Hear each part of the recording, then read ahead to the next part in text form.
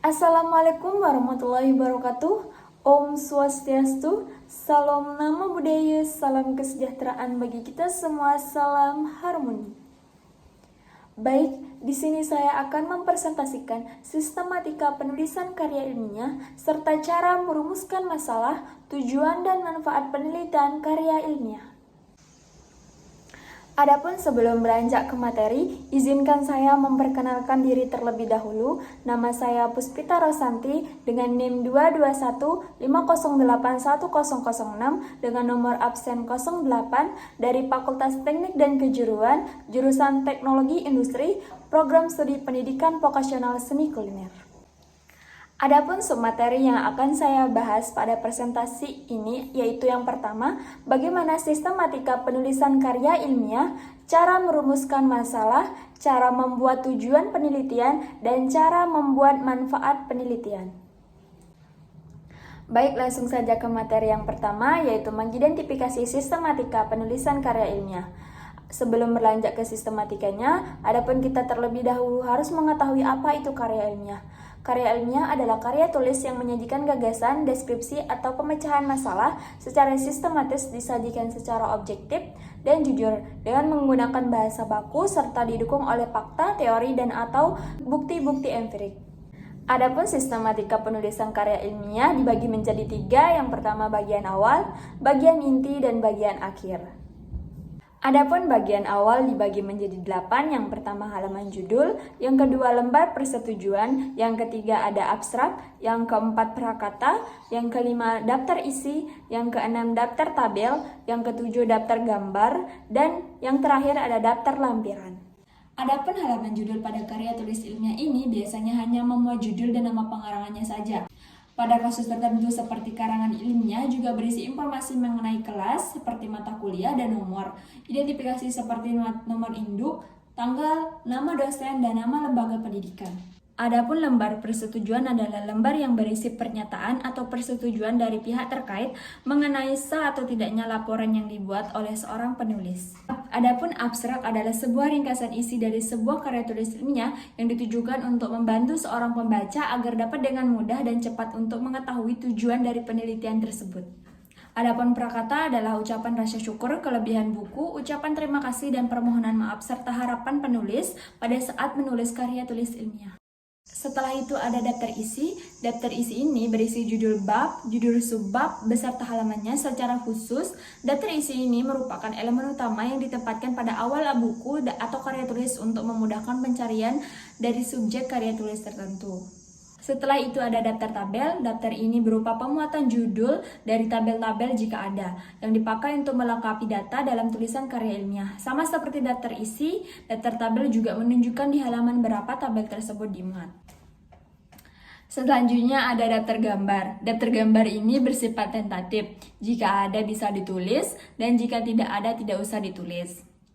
Daftar gambar ini berisi daftar gambar-gambar yang dipakai untuk memperjelas pemaparan data dalam karya ilmiah. Adapun daftar lampiran ini juga bersifat tentatif, yaitu jika ada bisa ditulis dan jika tidak ada tidak usah ditulis. Baik, selanjutnya masuk ke bagian inti. Bagian inti ini terdiri dari 5 bab. Yang pertama ada bab pendahuluan, yang kedua ada bab kerangka teori, yang ketiga ada bab metode penelitian, yang keempat ada bab pembahasan penelitian, yang kelima yaitu ada penutup. Baik, langsung saja ke bab 1, yang itu pendahuluan. Dalam bab 1 ini terdapat 4 subbab. Yang pertama yaitu latar belakang masalah, yang kedua rumusan masalah, yang ketiga tujuan penelitian, yang keempat manfaat penelitian. Adapun latar belakang masalah ini berisi uraian singkat, jelas, dan logis dari suatu kegiatan ilmiah untuk menjelaskan alasan-alasan teoretik serta faktual mengapa permasalahan tersebut perlu dijawab melalui kegiatan penelitian. Selanjutnya ada rumusan masalah. Rumusan masalah ini adalah pertanyaan kritis atau argumentasi yang fleksibel yang diambil intinya dari pernyataan atau statement umum dari masalah penelitian. Selanjutnya ada tujuan penelitian. Tujuan penelitian ini adalah uraian ringkas serta jelas tentang tujuan apa yang hendak dicapai dalam penelitian tersebut. Selanjutnya yang terakhir yaitu ada manfaat penelitian. Manfaat penelitian ini adalah uraian tentang manfaat penelitian baik secara teoritis maupun praktis yang benar-benar dapat disumbangkan dari hasil penelitian ini. Baik, langsung saja ke bab 2 yaitu kerangka teori. Dalam kerangka teori ini ada 4 subbab. Yang pertama ada landasan teori, yang kedua ada kajian hasil penelitian sejenis, yang ketiga ada kerangka berpikir, dan yang terakhir adalah hipotesis penelitian. Hipotesis penelitian ini bersifat tentatif, jika ada bisa ditulis dan jika tidak ada tidak usah ditulis. Adapun selanjutnya ada landasan teori. Landasan teori ini adalah seperangkat konsep, batasan, dan proposisi yang dapat menyajikan suatu pandangan sistematis tentang fenomena dalam penelitian dengan merinci hubungan-hubungan antar variabel. Selanjutnya yaitu kajian hasil penelitian sejenis. Kajian hasil penelitian sejenis ini adalah hasil dari sebuah pengamatan dan penelitian. Selanjutnya ada kerangka berpikir. Kerangka berpikir ini adalah suatu dasar pemikiran yang mencakup penggabungan antara teori, fakta, observasi, serta kajian pustaka yang nantinya dijadikan landasan dalam melakukan penulisan karya ilmiah. Selanjutnya yang terakhir adalah hipotesis penelitian. Hipotesis penelitian ini adalah kesimpulan sementara kerangka pemikiran dari seorang peneliti. Hipotesis ini biasanya berbentuk pernyataan yang terdiri dari 2 variabel atau lebih yang menyatakan hubungan sebab akibat. Baik, langsung saja ke bab 3 yaitu metode penelitian. Dalam metode penelitian ini terdapat 4 subbab. Yang pertama ada jenis penelitian, yang kedua ada populasi dan sampel penelitian, yang ketiga ada jenis sumber dan teori pengumpulan data, dan yang terakhir ada teknik analisis data. Baik, langsung saja ke jenis penelitian. Dalam jenis penelitian ini terdapat penelitian kualitatif, penelitian kuantitatif, penelitian eksperimen, penelitian deskriptif, dan penelitian campuran. Selanjutnya yaitu ada populasi dan sampel penelitian. Populasi adalah keseluruhan dari subjek penelitian, sedangkan sampel adalah sebagian dari populasi tersebut. Baik, langsung saja ke subbab yang ketiga yaitu jenis sumber dan teori pengumpulan data. Menurut Sugiono 2010, dilihat dari sumber datanya, maka pengumpulan data dapat menggunakan sumber primer dan sumber sekunder. Baik, selanjutnya ada subbab yang terakhir yaitu teknik analisis data.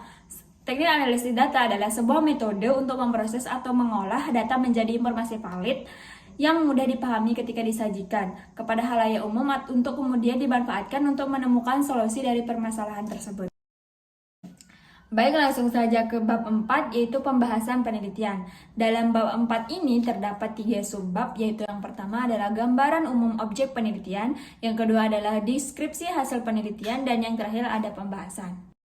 Adapun gambaran objek penelitian ini adalah aspek spesial berkenaan ruang dan tempat dalam suatu penelitian karena menyangkut wilayah daerah tertentu yang menjadi ruang dan tempat adanya suatu aturan hukum tertentu dalam suatu wilayah.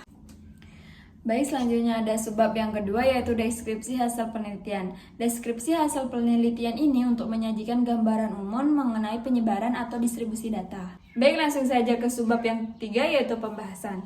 Bagian ini yaitu bagian yang paling krusial dalam karya ilmiah. Bagian ini menjadi isi utama dari sebuah penelitian, di mana bagian ini akan berisi mengenai hasil-hasil dari penelitian, gambaran dari objek penelitian, dan hasil pengujian hipotesis.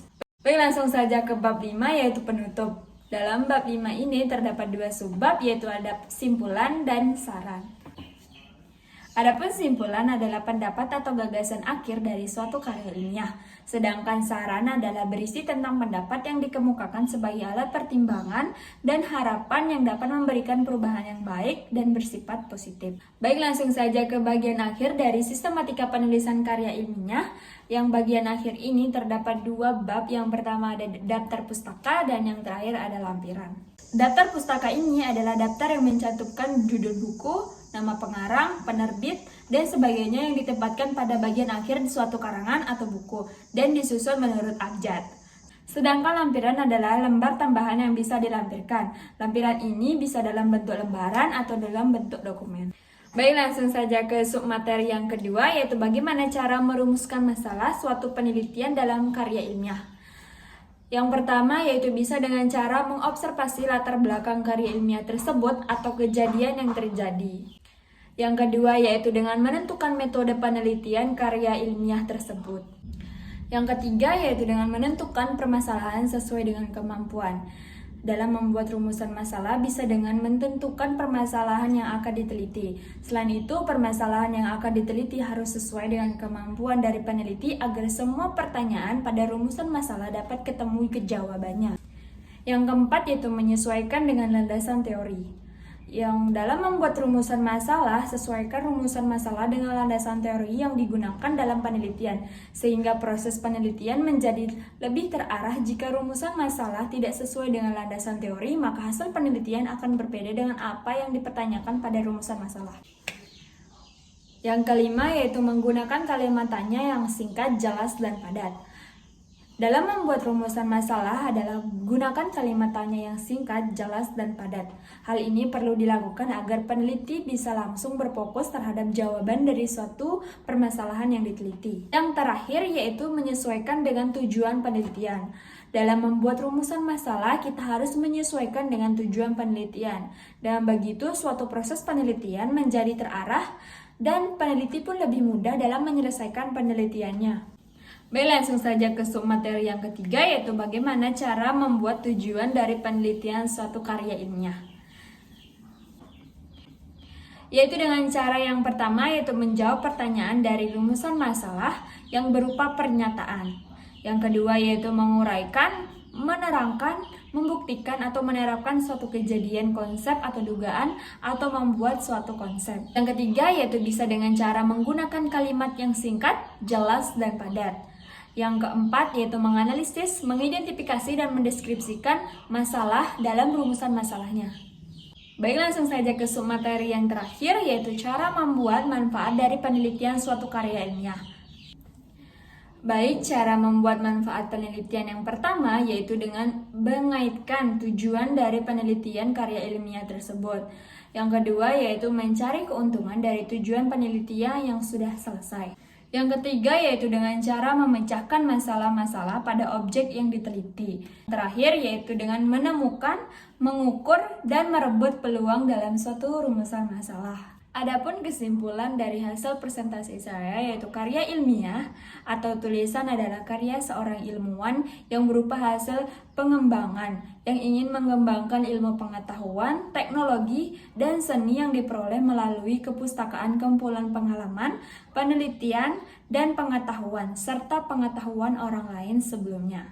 Penulisan karya ilmiah ini terbagi menjadi 3 bagian, yaitu bagian awal, bagian inti, dan bagian akhir.